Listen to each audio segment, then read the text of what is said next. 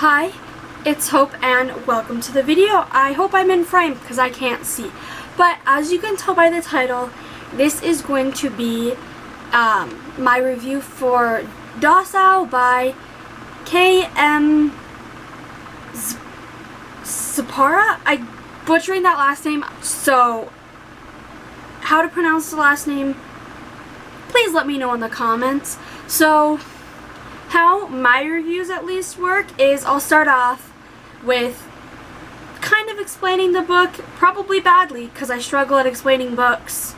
For somebody that does booktube, I struggle at explaining books. Then I'll go into some of my non-spoiler thoughts, and then I'll go into my spoiler thoughts. So that's how this is going to work.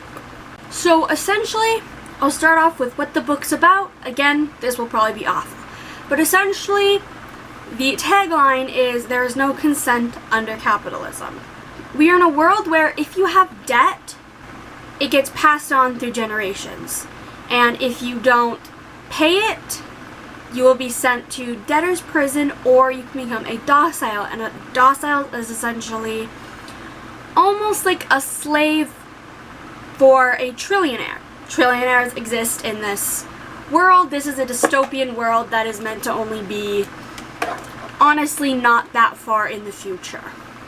We follow Elijah, who takes upon his parents' debt and chooses to become a docile.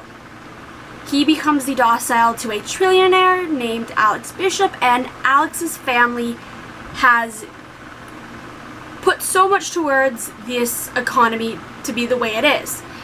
His family is the creator of Docile, which is essentially a drug that can numb you while you become a docile to kind of help you forget.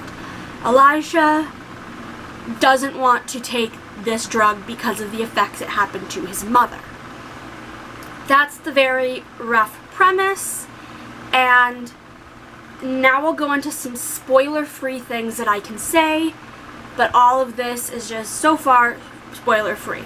So, what is terrifying about this book is that it's a dystopian. It's set in the future, but it still feels so much like our own world. Money and power rule it all, like in our current society.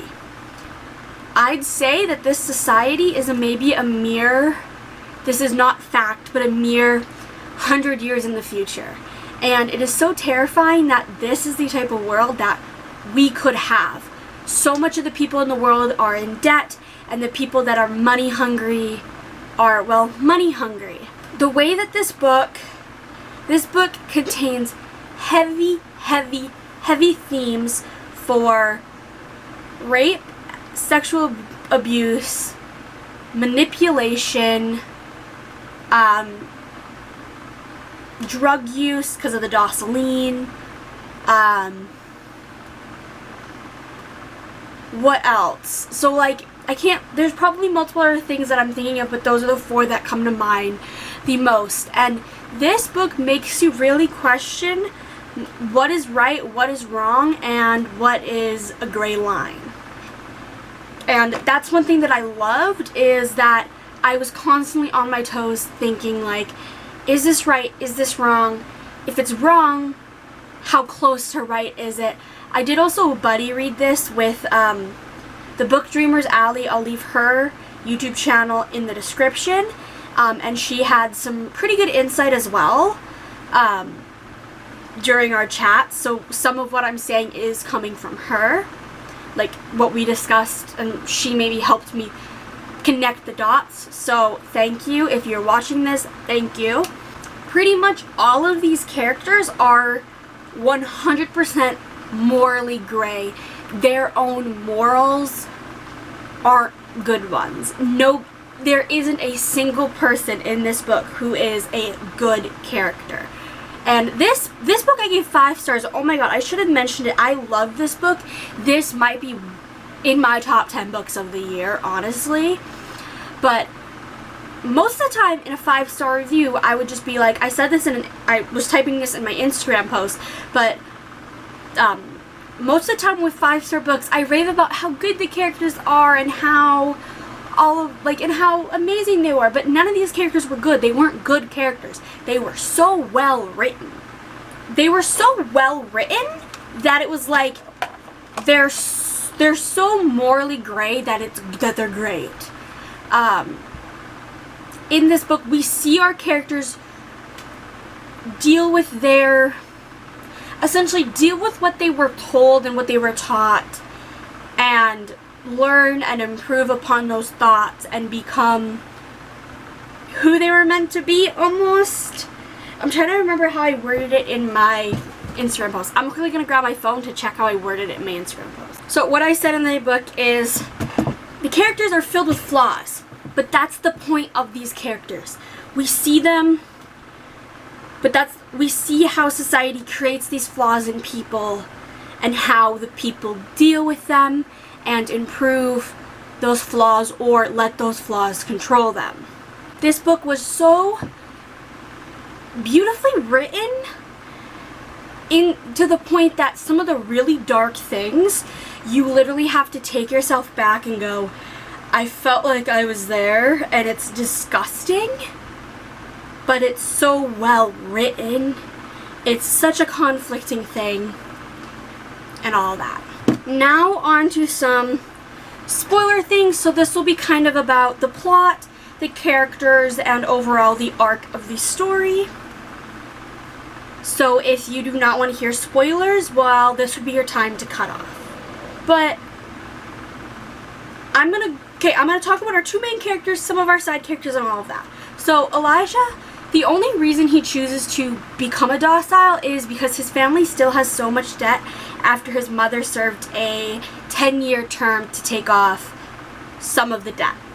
And Elijah's father originally wants to send Elijah's 13-year-old sister to become a docile, but just that idea is like, I know exactly what she would be used for, and that is just so disgusting. It's hinted at what she would be used for, and it is just like nausea-inducing. Elijah knows going into being a docile what he will probably be used for, and he knows he will probably be used for sex, and he goes in knowing that. And that is such a wrong thing. It's like knowing, hey, I'm gonna try to get rid of my parents' debt, I'm gonna have to pretty much sell my body to do so, which is a thing that is just insane that happens, and it happens in our own society more often than people think. When Alex takes Elijah upon to be his docile, it's because his family wants him to be successful, and so thinks a docile will help, essentially. Which it's like, having a slave, that will help. Yeah, that doesn't pretty much work. The entire first half of the book, the first half-ish, is essentially Alex training Elijah to be this perfect docile, to listen to every command, to do what, like, for Elijah to do what he is told, which mentally fucks up Elijah so much. Elijah is used for sex by not only Alex, but a few other people, and we see that, and it's just intense. But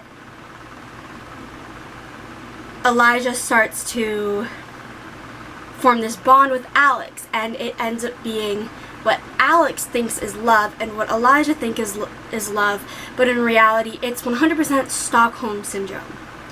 And essentially Alex trained Elijah to be this perfect partner, this perfect person that he wants, and that is so fucked up.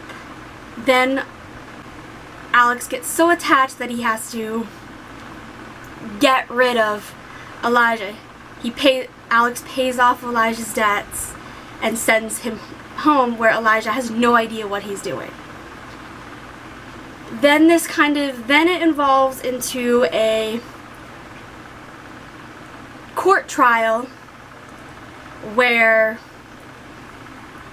you spin on your head of how their relationship, I'm gonna call it, of how wrong it is. And that is a whole something that I feel like I'll need to reread this book to fully understand everything that's going on. Because there also is the entire plotline of this organization called Empower Maryland, which is essentially, because this takes place in Maryland, and it's essentially this group that is funded by, we later learn, funded by one of Alex's friends, Dutch, who at the beginning of the book is a vile, evil monster, but by the end you're like, oh, he actually has a heart. So this like organization essentially almost helps Elijah become himself and learn himself again by the end of the story. And it ends off where Elijah and Alex are like, okay, we'll be friends, see if this friendship can continue into be a relationship or if it's to be cut off. Because Elijah had never been involved, we'll say, with anybody before, so he doesn't know what he before Alex didn't know what love was, didn't really know how to be loved, and hadn't had sex before. So everything that he learned about anything pretty much was from Alex. I'm trying to think of what else I can say, because I do want to leave some things to be explored by you if you decide to read this book. Oh my gosh, one thing